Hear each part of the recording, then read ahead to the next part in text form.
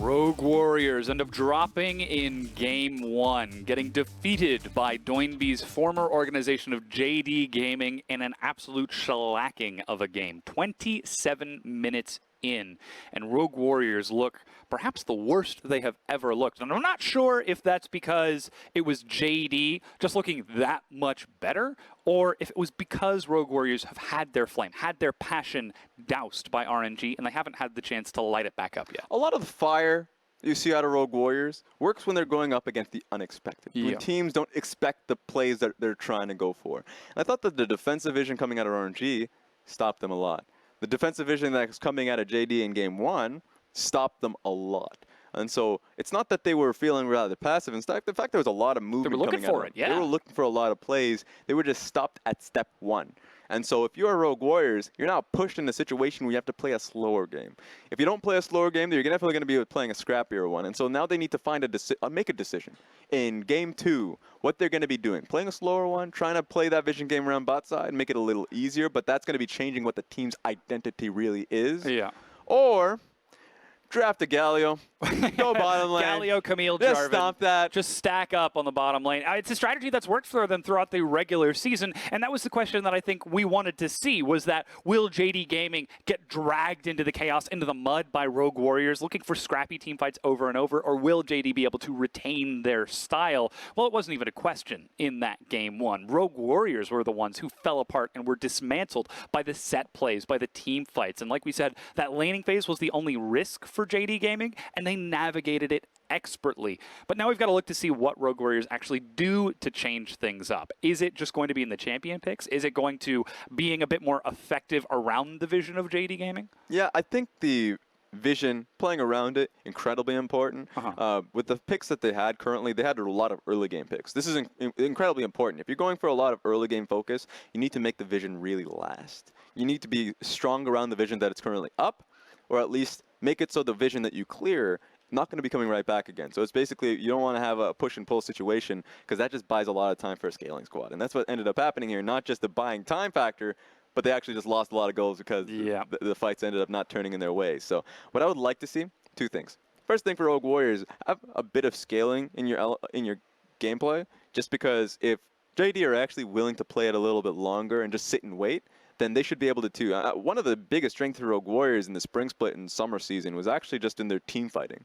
They were one of the best team fighting squads, and if they're going to keep Mouse and Flawless in that roster, they should continue to do just that. Yeah, it was the multi-threat style composition where Doinby was playing Rise and Scion and just providing such a large enough wall that SMLZ was able to free fire from the back. And I think that's where we have to highlight how JD ended up drafting that Game 1, because they picked massive engage. They had the Alistar first pick on blue side because they knew what was up. They needed to get into the back line and find SMLZ. They had the Gragas for Clid, and then even then the massive Aurelia stuns and the Never Move out of Swain for Zoom in the top lane.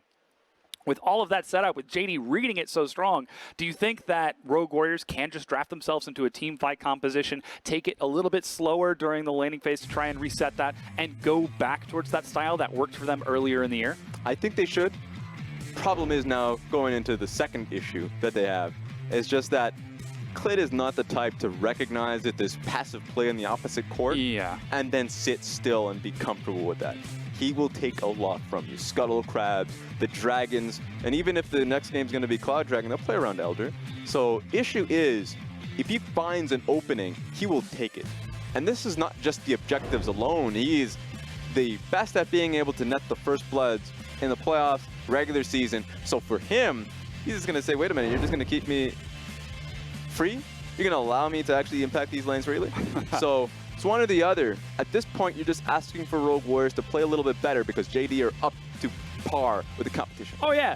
Raz, though, wasn't that what Flawless was just saying in Game 1 on the Lee Sin? Say, hey, we've got strong laning phase. We've got the Lee Sin carry. You're just going to play a nice passive Gragas. Well, hey, I'm going to go crazy on this Lee Sin. And then Clid on Gragas absolutely shut that down. But with all of that, we now have to look at what's happening on our screen. Mouse has been pulled off. Holder is coming in for Rogue Warriors. And we know what that means. That means Kiwi is also coming into the jungle. So for Flawless that didn't have such a strong game one, he is still a great player. The issue is that he's just not getting it going early on. What Kiwi does is that he plugs in a little bit more into the mid lane aggressively. 2v2 fights a lot more. Expect the Sejuani pick coming out of him so they can strengthen the 2v2. Maybe we could see more melee champions coming through from Duanbi along with that. But remember, the most important part is Holder. Holder, the triple threat. Holder is going to be coming in, and that just means that they're trying to play through top side a little bit more aggressively. Give them some more options, because if they're getting shut out of the bottom lane so consistently, now you got a window in the top lane, a lot more maneuverability. And look at his opponent on the other side. Zoom taking Swain in the top lane in that game one in the Ornn matchup, was able to have himself a strong lane, but Zoom is arguably one of the best top laners in the league, as we saw against Invictus game, and the only person he really had to worry about was the Shy over the course of that series. And if your challenge bar is the Shy, you really don't have to worry about too much. Now my question to you is, where does Holder fit within that bar? Because you've got the Shy up top, you've got Zoom just below it. Is Holder right below, or is he going to try to upset the matchup? It's so hard to say, and it might seem like a cop-out answer. We've seen so little of him, and when we have, during the regular season, he popped off. He's had like 8-0 Akali performances. His team fighting on the Vladimir was superb, but then what we saw in the playoff when he picked up Rise top lane, he got bullied. He got shut down, he continued to push up, and then he would be able to get dove consistently. So he didn't actually have the same understanding of Mouse of being able to absorb that pressure. He didn't sit by the second tower, he just stayed firm and said, I'm going to try and challenge for the experience, which found him feeding. So in this new environment, he got that experience. Can he actually play that out? And actually, can he play a tank? That's what I'm wondering. We'll see what Holder's going to bring against Zoom in that top lane as we get into Champion Select for Game 2. Rogue Warriors versus JD Gaming. No surprise to see the Aatrox and the Akali band, as JD Gaming with side selection have chosen red side, saving counterpick. Probably for Zoom, we've seen it happen before, but already Rogue Warriors looks like they're showing us a flex with this Rise. Because you have to flex. If you want to empower Duanbi and Holder here and give them the great matchup if they're on blue side, picking up Rise does a lot. It empowers Kiwi a little bit if you want to have that 2v2 mid lane, you know, get that Rune Prison, maybe stun them up a little bit with Sejuani, and then you can start firing up in Yagao. Or, we already saw Holder picking up the Rise earlier in the playoffs. You can try and play around bottom lane, bottom side of the map, while he empowers himself in the top side with an island. The only worry is that you can tell it was successful in scrims. That's why they're running it 2 times in a row. First time was unsuccessful. Gosh, you hope it was successful in scrims if they're bringing it on stage. Exactly. And so going into the second run of things, they're confident that Holder is willing to play that Rise once again. And so I still believe it's a flex no matter how his performance was the last time we saw him. And that's where we have to look at how the jungler fits into that equation. Kiwi not going for the Sejuani, but still going for something pretty similar on that Xin Zhao. A lot squishier, but still very straightforward engage to go in. As you can see the Doinby fans in the audience still cheering him on, but that's also very early Urgot, but that still doesn't tell us anything. Yeah, still can be Urgot going top lane. But what I love already is actually just there's so much gank potential in the top side of the map. In the Urgot lane, we saw how the setup was going to be there. Slow them with the Q, knock them back with the E. Only problem is just a little bit of the execution error coming out of Duanbi. He won't let that happen again if he gets the Urgot. So you got to be expecting Kiwi and Duanbi to play alongside each other. Even if he picks up the Rise, you're still getting snared with the Rune Prison. So it's going to be on Yagao to understand that and try and take that pressure, hold it. And look at how the draft has completely flexed around after the results of Game 1. It's jungle, mid, and top from both teams, saving that counter pick for Loken and Lumao, that bottom lane, and SMLZ and Killua. Whereas it's still not telling us anything. Both the Jace and the Aurelia can be flexed between Zoom and Yagao. So now it's JD and Rogue Warriors saying, all right, we know what's happening on the top half of the map. How is bottom going to shake out? Varus is still open, but we've got the Misfortune and the Kaisa. Let's see if Rogue Warriors decide to ban away that Varus to further limit JD's pool. As it's a Lucian ban, JD are focused on just getting a safe lane right now. Yeah, they are. And I think that JD, I want to see what Lu Mao ends up picking, because he's the support to watch when it comes to second phase picks. He's played Bard in the past, picked Leona a lot. So I think when it's JDG, what I'm looking at is Lu Mao willing to pick up a Zillion and try and get a good matchup for himself. Is that the last pick? Are we going to see a Leona, or are we going to see that Vayne from Loken? So JDG are one of the teams that are actually rarely flexible when it comes to their dual lane. And we'll see if it is a support priority first, as instead JD want to focus on getting the Varus, one of those big hyper carries, but across from him is the sniper of the LPL, SMLZ. He's got a champion Ocean to try to answer that. Could we be seeing the return of Sivir? Sivir's an awkward one. You have the spell shield to be able to deal with the arrows coming through from Varus. Even if Varus uses his ultimate, actually, you can deal with that pretty easily. And if you pair that up with a Shen, that just makes your bottom lane incredibly safe. I wonder what JDG are going to do to respond to the support pick.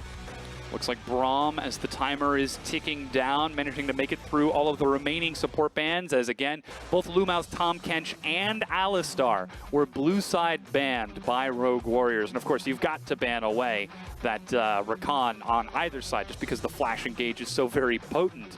But JD Gaming, when they lock this in, sets themselves up with something a little bit safer to try and deny this.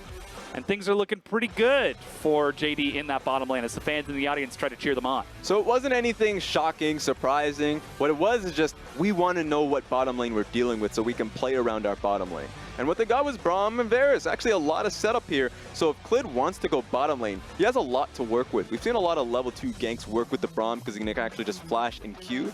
So it's an expectation that can be had. And if they just want to play through Zoom, he's on the Jays, you can just say, okay, fine, we'll play topside, and you guys keep yourself safe, because there's a lot of slows there with the hail of arrows, and just from the ultimate from Braum. So they're safe, but they can also start a lot of fights. So the big question that we had for Rogue Warriors was, what style do they go towards coming into this game 2?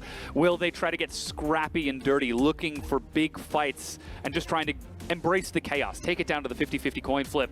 Or do they play it slow, play it for team fights, play it for the long game? What are we looking at, Raz? Yeah, right now we're seeing what is early, scrappy from Rogue Warriors. I expect Kiwi to actually be super active early in the top set of the map. He should be.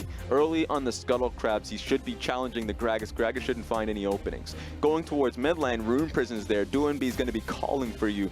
And if you have an opportunity, Urgot is very strong for Holder. So what I'd like to see is definitely a much more early game focus coming in from Rogue Warriors. Well, Clid did a great job of tracking Flawless in game 1. Now he's got an entirely different jungler to worry about. Can he do it again in this game 2 to deny that scrappiness and buy some time for JD Gaming to scale up with their own big carries and look for their own big set plays?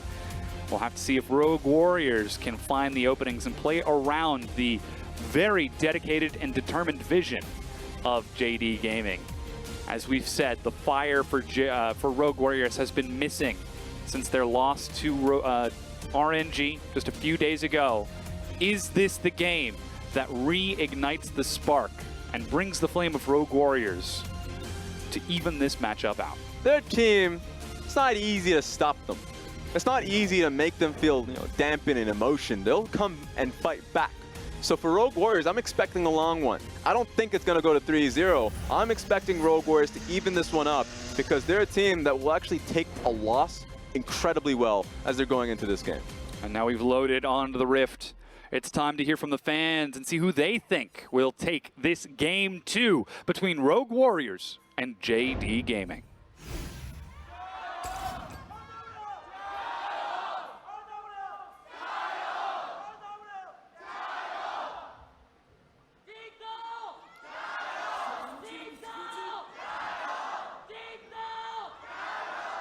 Feels like a handicap match. 2v1. Rogue Warriors got 2 people starting to cheer versus the one of You got to equalize it. You do. And I believe in the player cam, the call-outs for Rogue Warriors, the guy was standing directly adjacent, next to the manager of Jingdong. He's the guy who does the calls for JD. So, I believe that's why we saw them chuckling as the Rogue Warrior guys just got in there just a little bit faster. Got to get that call out first. Because that power, that fan vote is still so important to show that you're cheering on these teams. As we load onto the Rift for this game 2 already, we can see Duanbe trying to control this mid lane on the rise and trying to keep Yagao away from minions as SMLZ and Killua springboard Kiwi with a leash. This is interesting from Kiwi because getting red buff and going straight top lane, so usually you'd see a full red side clear so you can get the most bang for your buck from the Krug camp. Gragas is going to do just that. But for Kiwi, taking just the red buff and being on the top side early means that an early gank is possible on the top side of the map. He's going to have Skull control really early on. It might be needed because Holder's getting it. Yeah, this is Zoom absolutely putting the hurt onto Holder. Now, unsealed spellbook and teleport as Zoom just goes in and just continues to bat him away. Remember, there's a ward in the river on both sides of Kiwi. If he steps into mid lane, it will be spotted. If he steps top lane, it will be spotted. There's a Ghost Poro at the red buff that would spot him. And even Clid is on this side of the map clearing out his own jungle camps. It seems as though JD were able to accurately identify not only where Kiwi was, but where he could go, what could be at risk. And that's giving Zoom an excellent time in the top lane. Yeah, and I think being topside is the right call for Clay just to be able to protect him. Because remember, Urgot may be, lower range, not going to be able to match with the damage that Jace has to offer, but is a great gank setup. And so as long as Kiwi finds a way on the top side, all you really need is use your E, get a jump on Jace, changes the matchup entirely. So it's a nice defensive presence coming in from the top side for Clay. And Kiwi, without a lane to gank, instead just takes top scuttle, heads over to blue, and then heads on down to bottom scuttle to try and track Clid instead of looking for the lane itself. But Yagao just getting a bit of damage onto Doinby. Looking to poke him through as Rune Prison locks Yagao down in the lane, and that's the difference, I think, that we see. Flawless was not able to affect his lanes early, whereas Kiwi is already doing everything he can to try and fulfill that void. And he's not, afraid of just helping Doinby get the push off. Doinby wants to be able to base, get his early items. Usually people don't get the first base to get the tier going for themselves because Corrupting Potion is the starting point. But because he had no mana, the fear there was that Yagao was going to be able to freeze under that turret. So recognizing that he wanted to get a full shove in to reset works very well for Doinby. And that's actually a strategy that we've seen Clid utilize a handful of times, even in this series, helping to push waves after a gank, after a lane trade, to make sure that your laner has a favorable setup. That we're seeing Kiwi do the same for Doinby means that perhaps Rogue Warriors are trying to step up in this match to try to meet the aggression from JD, at least from that game one. But already things are looking a little bit more different, a little bit more passive during this laning phase. No early excitement, as just about all of the lanes are going even. It's to be expected, honestly, and the moment Kiwi got pushed away from the top lane. Perhaps you'll see something around mid lane, but at this point, Kiwi's feeling fairly comfortable with how Doinby's doing in lane. So at the moment, as it stands, the only point of aggression you'll be seeing out of Rogue Warriors is if Kiwi had timed the enemy Raptor camp to be able to try and contest it. He's in position clearing out the wards. He should be here because the pressure should be coming in from Doinby in this pushing lane. Not only is it Doinby, but also Holder is trying to get a push up top. As recall completed from Zoom, he immediately teleports back in.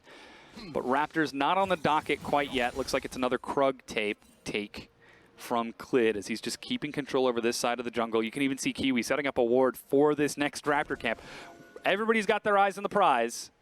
Should be coming up in about 20 seconds at this point, so Kiwi's here for a reason. If he gets pushed out to his own Raptor, oh my god. That was a bit overzealous from Yagao. At this point, Kiwi still has his own Raptor, so he can still be hovering around the mid lane. Clid's going to get called over. He knows that Kiwi just ain't stopping. Now, Clid might have been able to sneak under the vision there. Oh! As Flash engage into the bottom lane. Killua uses the Spirit's Refuge. Loken backs it up. That's heal and cleanse utilized. Kiwi's bottom. Lumao goes down. SMLZ finds first blood. Nice 2v2 kill from Rogue Warriors. It was just a taunt Flash coming in from Killua that does the job. So that was just really well done. Right on top of Loken. He has to blow cleanse, but that just brings in Lumao to help him out. So he ends up taking it. And just the raw calculation from SMLZ and Killua, the number counting to make sure they've got enough damage to focus down Lumao. They find Loken, but that's not the real target. And they just go straight for it because Lumao actually used his Q really early on. And so they recognize that he's not going to be able to punch them back. Flashes to follow him up. Strong play from SOMLZ to follow forward. Killua and SMLZ are not usually known for their laning phase. They come in a little bit later on. They just try and use laning phase to just farm it up. But that was just phenomenal, getting the 2v2 kill. And SMLZ with the auto and reset, auto ricochet for the quick double tap after the flash before Lumao can get out of there. Finds himself with first blood. That's a BF sword on first by Sivir, which is something she's going to be very happy to have. But now we can see a fight going over for JD. They're trying to set up around this red buff, but Killua is there to defend Kiwi. Yeah, Killua's going to be doing a good job here. I think right now Rogue Warrior should be in a very comfortable position. Getting your first item as a BF sword, it's going to empower her push, empower her ricochet. Hope Doinby keeps himself safe here. If he gets picked off, then it's going to be a struggle for the rest of Rogue Warriors to play towards bottom lane.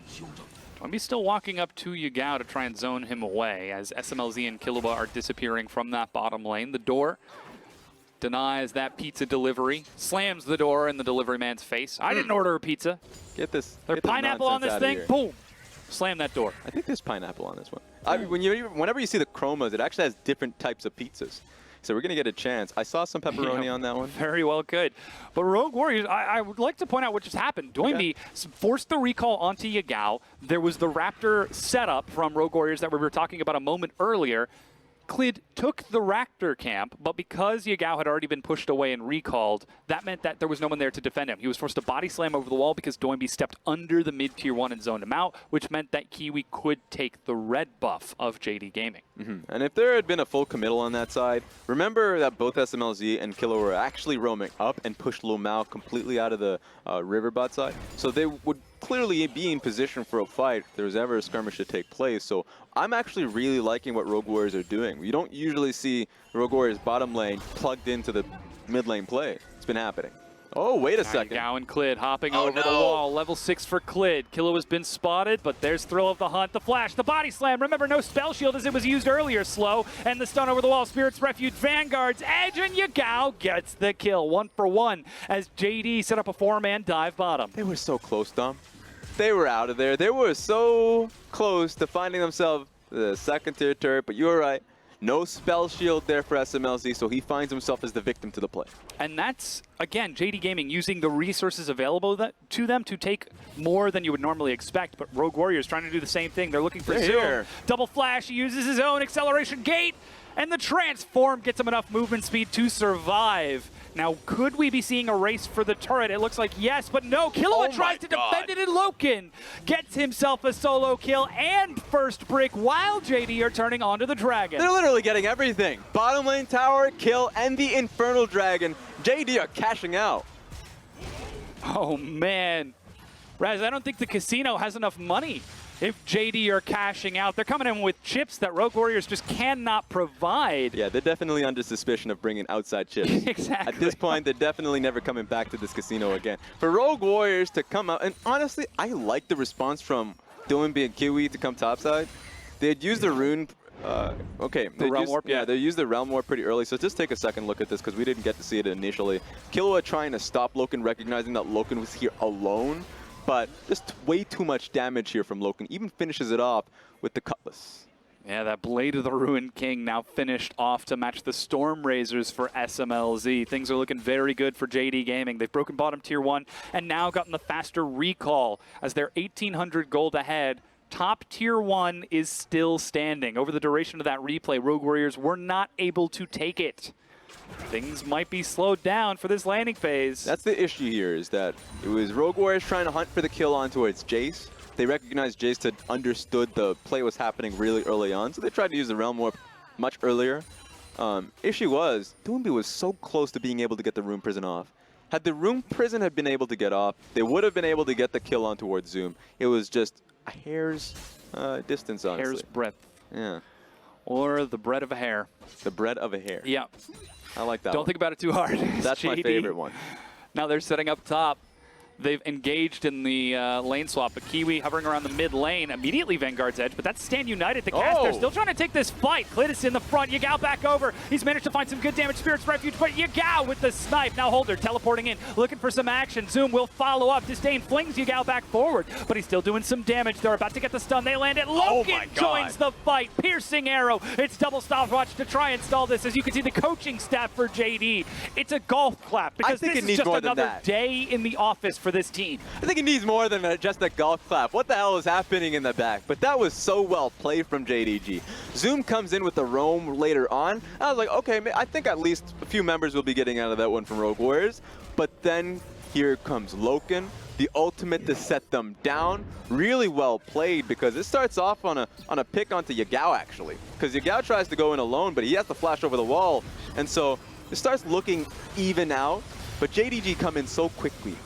Zoom comes in much faster to actually protect Yagao in this situation, so Holder has to hold it as he's exhausted. So at this point in time, just the response time, unbelievable, honestly. At this point, it's so tough because it's tough with a loss for words. Lumao finds a stun onto 3 people, then lands the knockup. I'm just saying, the response time was so quickly that I want them protecting my neighborhood. If anything were to happen, a burglary, if I just get mugged at this point, they're just going to be everywhere. Even a cat stuck in a tree, 100%. JD Gaming would bring in like a fire truck, the attack helicopter. They would bring everything that they need to make sure that cat is safe. Very safe neighborhoods around JD Gaming. Now they're even looking for this Rift Herald as mid-tier 1 was taken again over the duration of that replay. It's not just one thing. It's not just one kill for JD. It's a kill and then some. As there's nothing Rogue Warriors can do to contest this. They're trying to hop over the wall. No, Killua. Shadow Dash gets him out safely, but that's Rift Herald picked up by Clid. Just wanted to contest the ward up top. You know, all he wanted to do is just get a little bit of an opening in there. But you can see that JDG are moving at all times. Rogue Warriors are trying to deal with the waves in the adjacent lanes in mid and top lane. But by the time they've already cleared it out, you already hear the screech of the Rift Herald. And again, it seems like Rogue Warriors aren't respecting the goalpost of JD, the team that is constantly moving it forward. We don't just want the kill, we want the turret, we want the Rift Herald, we want to push top. Rogue Warriors aren't predicting where that goalpost is going to be, so they're constantly getting surprised when JD appear as 5, take these fights, and force them out of position. And the key point to all of this is actually just because they set up so far in advance. Take a look at the control wards already being placed in the blue side jungle here for JDG. So, sure, Kiwi was actually taking blue buff, but he can't take any more camps there unless if he's under threat. At this point, they just have to constantly try and defend the objectives that are up and available. Top lane outer turret is going to be one of them.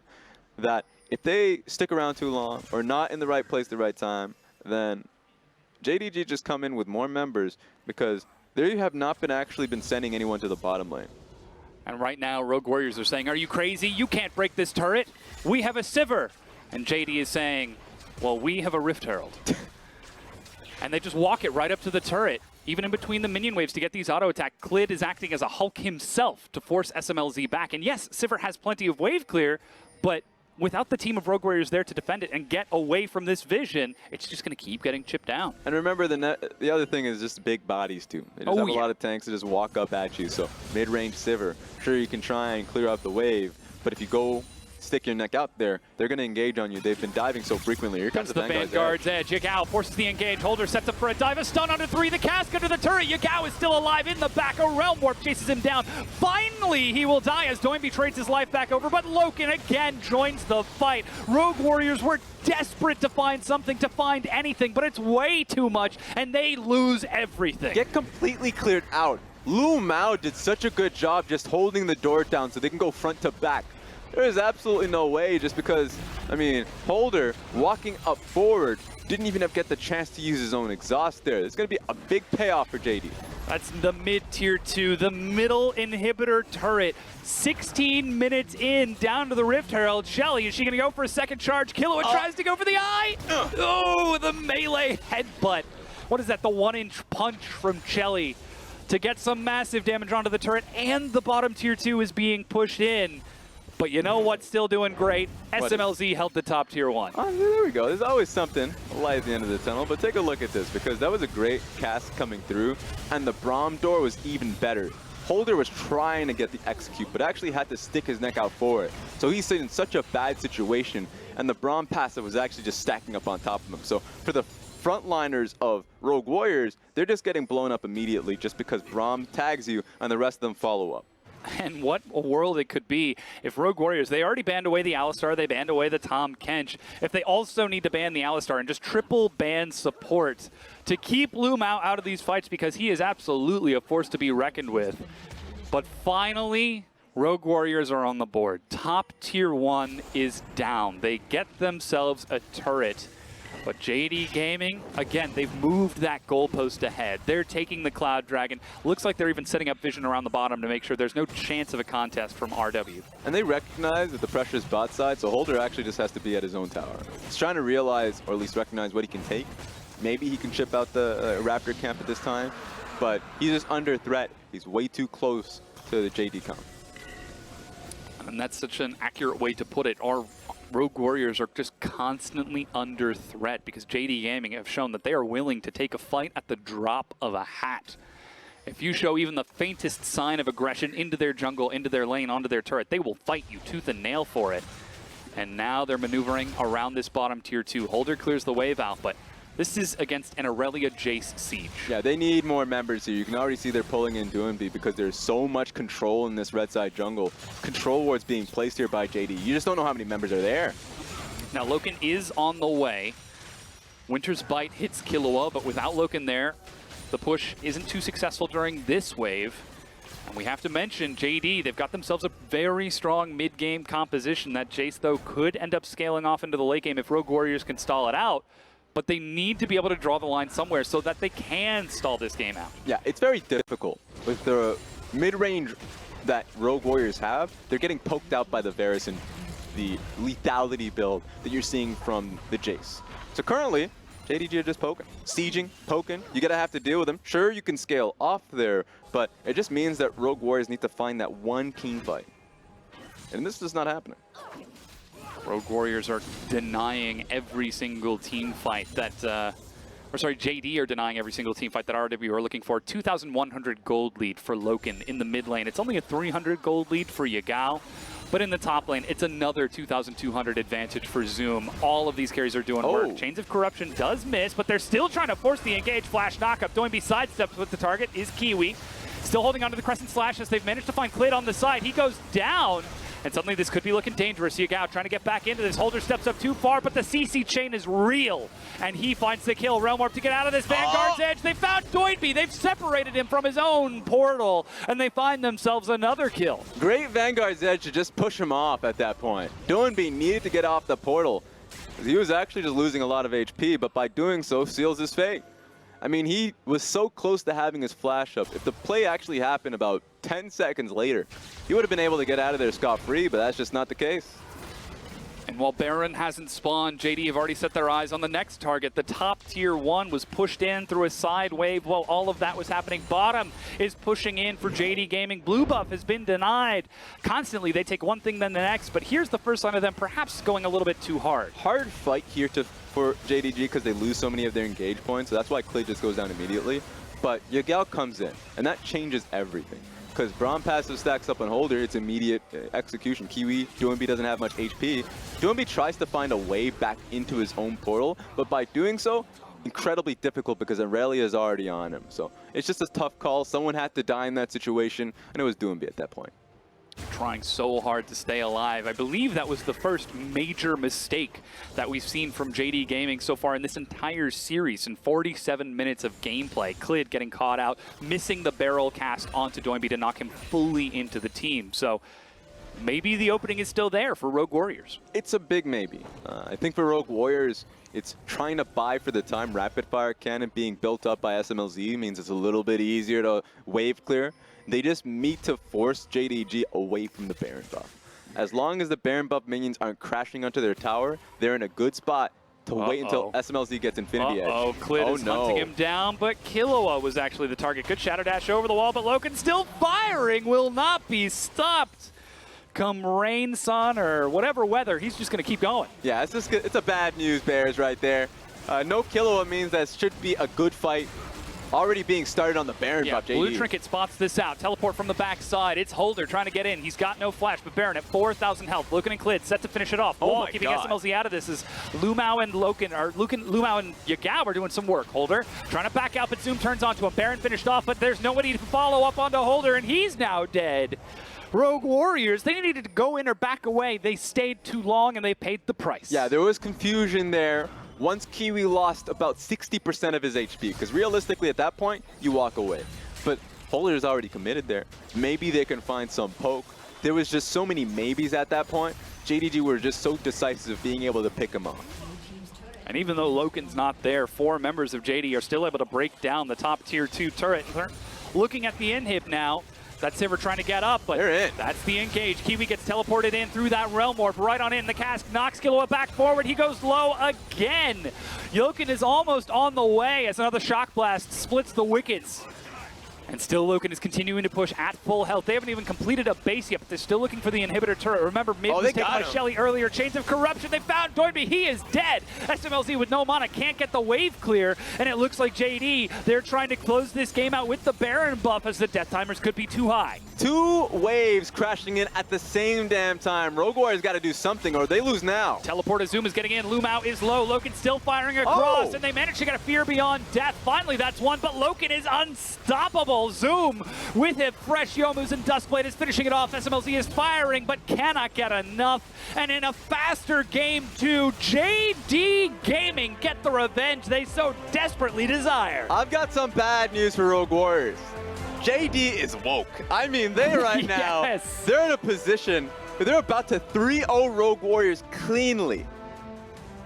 Clean play, playing around Clit, super early on. It's just so hard because at this point, it's not as if they're giving away the early game based off their composition. This is an early game combative Rogue Warriors.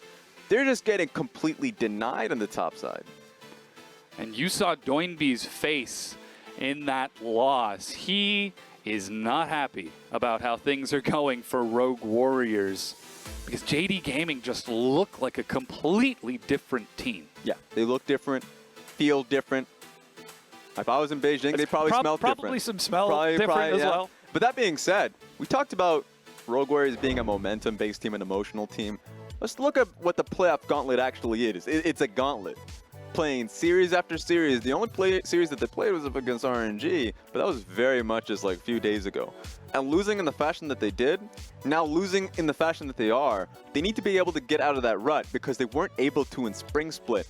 It took them some time to find themselves back in it. Yeah, this is not a rut you can afford to be in for Rogue Warriors if you want to try to get Worlds, if you want to lock down that seed, because it's one best of 5. Only 3 Nexus explosions separate you and the final Worlds ticket. And one of the teams that they could very well go up against is JD Gaming, who look like they have got the fire. I don't know what's going on. They've got like some leech seed. They are pulling the energy from Rogue Warriors and converting it. They're battle hard. It really is. Because this was a very long gauntlet for JD. And remember, this all started in round 1 when they took down FPX. Yeah. Moved on to the next one when they were in the next round versus EDG. So this team has been learning throughout the playoff bracket because they have a lot of games to play. And now it just feels like there's just no stopping them. Yeah, even in these fights that we see, which normally are Rogue Warriors' strengths, the trades are just never worth it. It looks like Yagao gets caught when he tries to force a fight, but JD collapsed so quickly. Look at the minimap, how Loken and Zoom are just booking it to the mid lane. Immediately in there. I made that joke about the community because it really felt like everybody had each other's back there. Zoom coming in and Loken, the final touch with the ultimate there. So they can be able to just get 2 people. And I just love the fact that they added in the golf claps because at this point, why not? Why not just the Kappa claps in there? Exactly. Because at this point, JDG are so handily taking the fights because they have such good control of their side lanes that Rogue Warriors, they feel steps behind because they're a team fighting team, but they're not a team that actually sets up for the objective well.